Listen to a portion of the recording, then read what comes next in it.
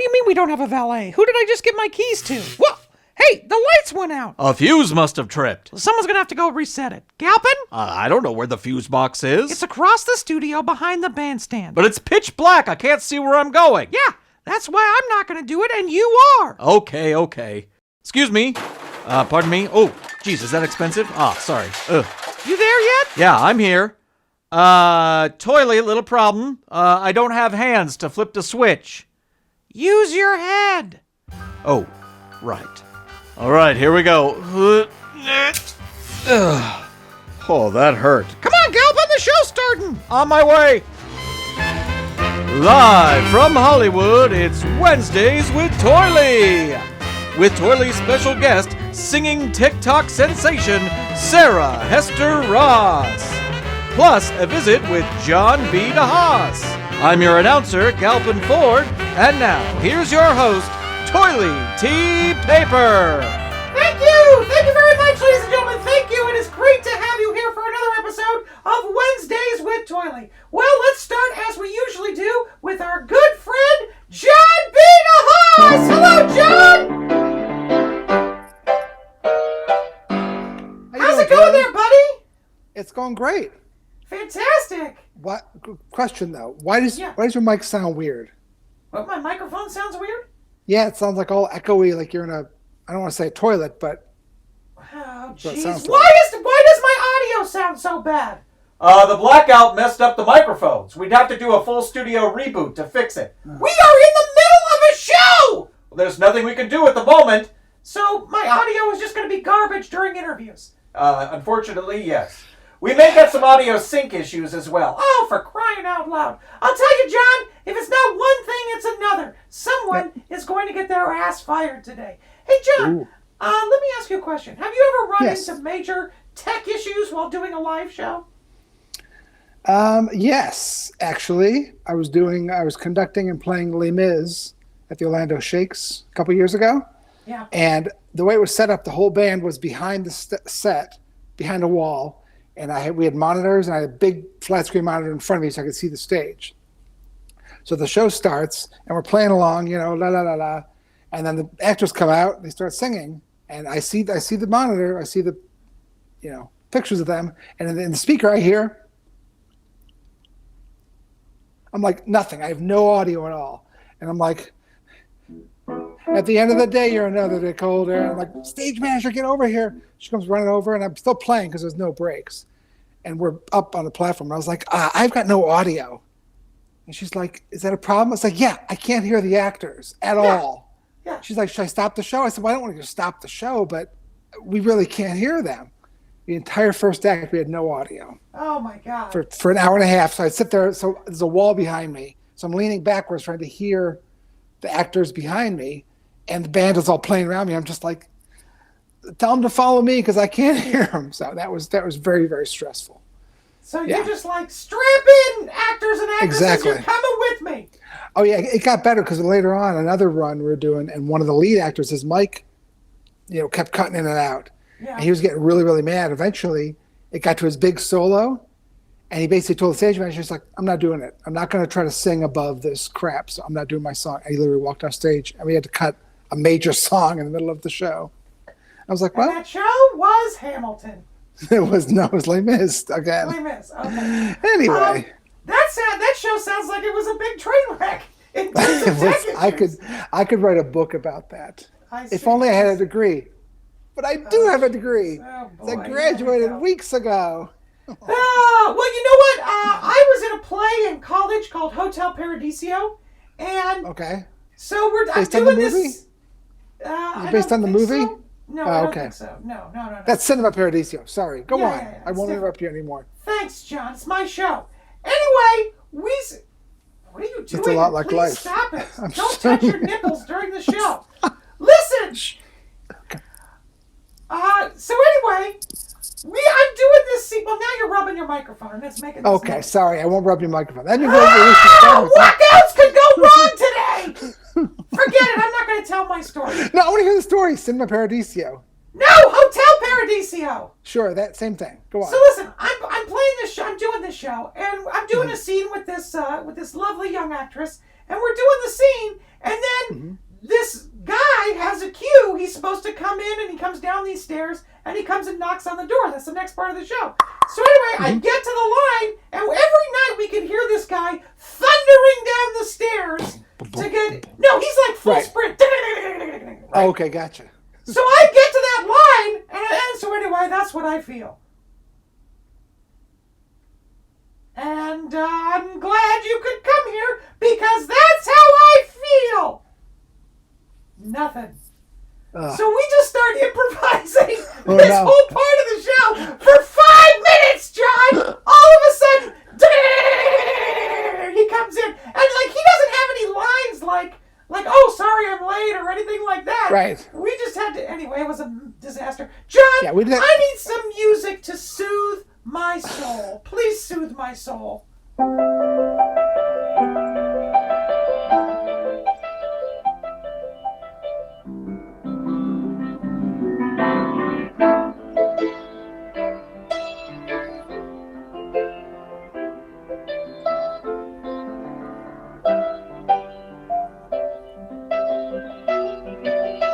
It's from Les Mis. You know that? I didn't, because I've never seen it. Oh, really? So keep going, or that's it? That's good. That's good. I'm soothed. All right. Okay, that's enough. I think. Is that Castle in a Cloud? No, that was I Dreamed a Dream. Castle in a Cloud is No, well, we don't need to hear it.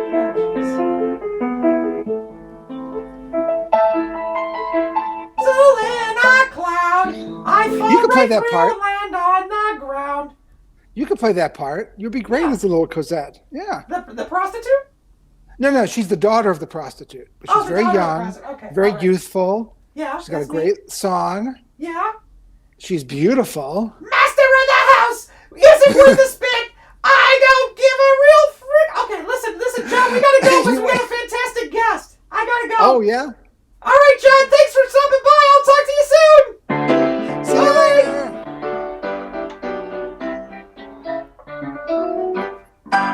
There you go, John B. deHaas. All right, Galpin, why don't you introduce our guest for us? Today's guest is a singer, songwriter, and comedian who lives and works in Las Vegas and has over 1 million TikTok followers.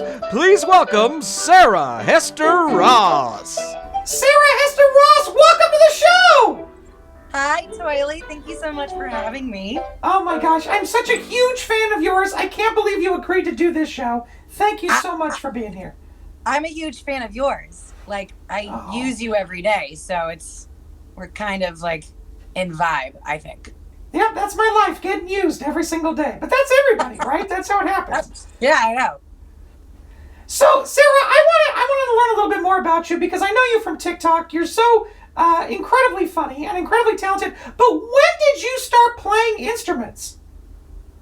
That's a good question because I started playing the piano when I was 11, and I never really got into it to learn it very well because my teacher always got mad at me because I would never read the music. I would just memorize the song. So I kind of got pretty early on because, what kid wants to get yelled at every week, on the norm, right? Other than their parents, so, but I got back into it when I got into college for vocal performance, and I had to take a secondary instrument, and piano was the option that was the easiest choice for, music theory. So that's when I really started getting into it.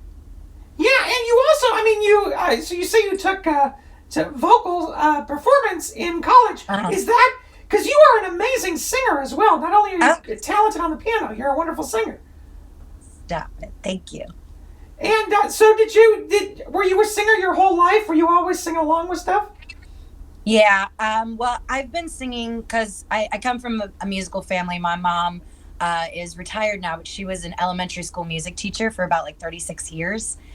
So I've been singing with her and with my brother. My brother is also a musician and a worship pastor.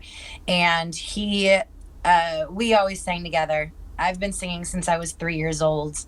And my first job was actually at Busch Gardens at 11 years old. and I was doing this like 60s, 70s, and 80s rock show. It was really fun, and I Yeah, don't know where that money is. you are incredible. You just belt out songs. Who are your musical influences? Like who do you really like want to be patterned after and stuff? Well, that's hard to answer in a like just answer because I am a musical comedian, so I have musical influences and then I have comical influences. So but if I had to narrow it down, music wise, I love Lady Gaga. I love her stuff, like as an artist and creating stuff, especially when she came out with that Joanne album that she just did. It broke my heart, and I love her so much. So writing like what I call real music with that has nothing to do with comic. Um, it's that would be the side, Lady Gaga, Jefferson Starship. Um, uh, I love Carly Simon. Those 70s female singers are a big influence on me vocally. And then comically, I think I would have to say Bette Midler. And Nice, what yeah. people don't know about Bette is that she's a comic. Like she got famous off of her like radio hit like ballads, but anytime you see her show, it is 90% comedy. And so that's kind of like my goal per se, is like to be like Bette Midler. I want to do real music, obviously, because I love it and I love writing, but comedy is kind of my secret love that I want to do for the rest of my life. Well, I think you're hilarious. When did you start writing funny songs? Like when did that hit you? Like, oh, I'm gonna write funny songs. Yeah, I started working at a dueling piano bar in Orlando, Florida. That was like I think 8 years ago. It was called Howl at the Moon. It's still there. And we do this thing in dueling pianos called call downs. So if you're having a birthday or a bachelorette or anniversary, we'll bring people up on stage and kind of poke fun at them through music. And my other partners that I was playing with had their own bits that they had written, or they were doing other people's bits. And I didn't want to, so I started writing my own. And that's where Vibrators Are a Girl's Best Friend came from. Uh, um, I think I also do Working That Pole 9 to 5, like things like that. That's where my parody writing kind of came in. And one day it just kind of clicked, and I'm like, oh, I'm good at this. I'm going to try and do this more. So that's Awesome. Well, yeah, you're beginning. so funny. Your songs are so great. Now you live and perform in Las Vegas now, and I was I wondering, do. pre-pandemic, how many times a week were you playing? How many nights a week? Five nights a week. 5 nights I a was week, working yeah. at a bar at New York hotel called Bar at Times Square. It's a dueling bar that's been there for 23 years, and I've only been there for, I think will be 2 this year. But yeah, so I'm the newbie, but I'm the only girl there, so it's a bit of a sausage fest, but I like it. It's fun. And that's my main shtick in Las Vegas. Awesome, awesome. Well, you have this hilarious series that you post on TikTok and you post it on YouTube too, called Florida Man Friday, and it has a Yes. spin-off called Florida Woman Wednesday. Oh, jeez, the lights went out again. Galpin! I'm on it. Hold your roll. Excuse me. Pardon me, please. Excuse me. That's got it. Thank you, Galpin. Sarah, I'm so sorry. Now, where were we? Oh, yeah. Now, you have a hilarious series on TikTok and on YouTube called Florida Man Friday. Where did the idea for this series come from? Well, it was kind of a fluke, actually. I'm originally from Florida, so I know about Florida Man, and this was during the pandemic, and I had lost my gig, and I was just trying to put as much content out on TikTok as possible. And I found this really funny Florida Man story, and so I decided to put it to music to see if, that would be like a thing to do, like put news to music. And I was trying to come up with a melody for it, and I wanted to do this like chunk, chunk, like this vibe of just like really peppy, but talking about like a really terrible, serious act, which that's the contrast of the comic and the comedy in it. And it just kind of happened to flow into a parody of Potiphar from Joseph and the Technicolor Dreamcoat. So maybe one day I'll have to change it a little bit, so Andrew doesn't sue me or anything. Right. But right now it's like a legit parody. So I think I'm in the clear. I don't know. But yeah, so I wrote it to the story, and it just kind of took off on TikTok, and people seem to like it. So I kept doing it every week. And the more I was consistent with it, the more attention I got about it. And I even, NBC picked up on it, and, it became this whole thing. And now I can't stop. I can't. I think people will riot if I stop. So this is your job forever. Welcome to your job. Forever. And it's endless content. I mean, yeah. That's another good thing about it. I literally can Google any date and have a new song just like sitting in front of me. It's insane. And it's because Florida, it has this sunshine state law where all of the information is public. And so people are stupid everywhere. It's not just Florida, but Florida has gotten a reputation for being a little cuckoo. So, it works. Well, I appreciate your Florida Man Friday songs, because then I always know what John B. deHaas is up to. I know what he's doing. At any given time. Hopefully one will never be about him. Yeah, maybe. Okay, so I want to hear a song from you, but I have one more question. You recently hit 1 million followers on TikTok, and I think a lot of people don't realize the work that goes into getting 1 million followers. It's not easy. Yeah. It's so funny. When YouTube first came out, and I'm showing my age a bit, I was like, ugh, all these like people making thousands of dollars off of what? Like skateboarding videos? This isn't art. This isn't. And now that I'm technically a content creator, I respect them so much more, because really filming is not the work. It's the editing. It's the timing. It is a massive amount of work that I never realized. And so I apologize to those YouTube creators that I smeared for years, because it is hard work for sure. Yeah. Well, congratulations again on 1 million. And I know that 2 million is just right around the corner, because you're hilarious. Sarah, would you play a song for us? I would love to hear a song. Oh, sure. Yeah, I've actually been working. This is a brand new song. I have never played it anywhere but here. Oh, my gosh. And it's more of like a love song. It's a little different than what I normally do. I just want to show my appreciation to people who I really care about. So, before I can remember, before the dawn of time, there were those who sacrificed for the greater humankind. They gave their hearts and souls for a better way of life. This we stand and celebrate in stride. Oh, thank you for your service, late night fast food crew.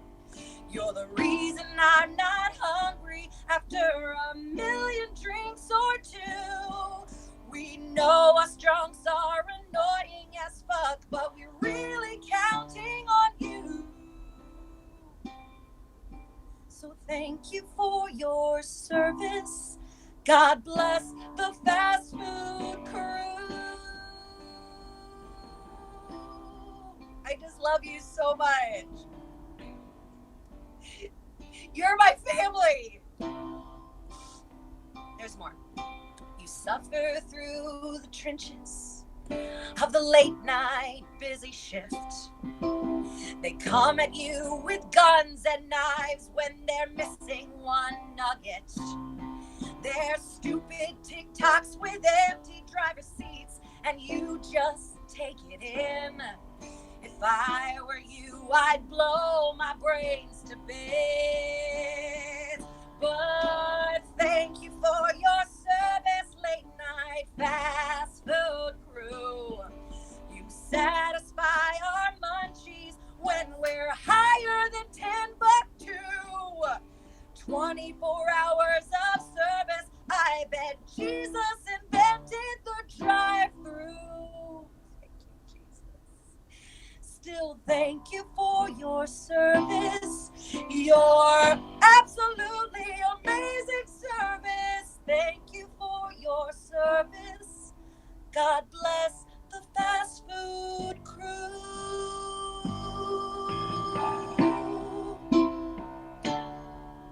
I'm loving it. Oh my gosh, Sarah Hester Ross, ladies and gentlemen, thank you so much, Sarah. Hey, Sarah, if people want to check you out online, where can they go? Yes, all my handles are at Sarah Hester Ross, and my website is sarahhesterross.com, and I am on iTunes and Spotify. I've got a comedy EP out that you can listen to, and a few ballad songs out as well, so check them out. Awesome. Well, Sarah, thank you so much for taking the time to be here. I really appreciate it. Of course, it was my pleasure, Toiley.